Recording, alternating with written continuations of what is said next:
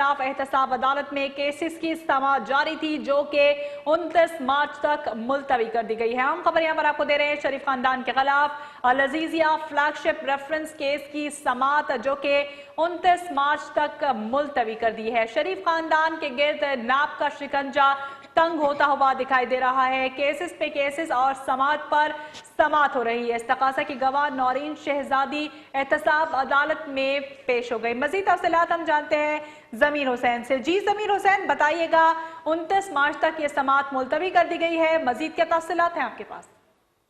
एहतसाब अदालत में आज शरीफ खानदान के खिलाफ रेफरेंसेस की समाअत हुई। अल अजीजिया और स्टील मिल रेफरेंस की समाअत थी और मियां मोहम्मद नवाज शरीफ को अदालत ने आज तलब किया था।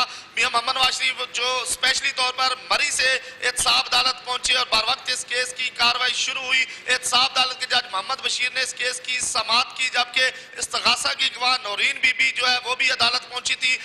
जबकि अब इस मियां मोहम्मद नवाज शरीफ के वकील ख्वाजा हारिस भी अदालत मौजूद रहे और इस केस की समाअत 29 मार्च तक के लिए मुलतवी कर दी गई है। 29 मार्च को इस केस की समाअत दोबारा होगी और इस 29 मार्च को वाजिद ज़िया को भी अदालत ने तलब कर लिया है। 29 मार्च को वाजिद ज़िया अपना बयान रिकॉर्ड करवाएंगे।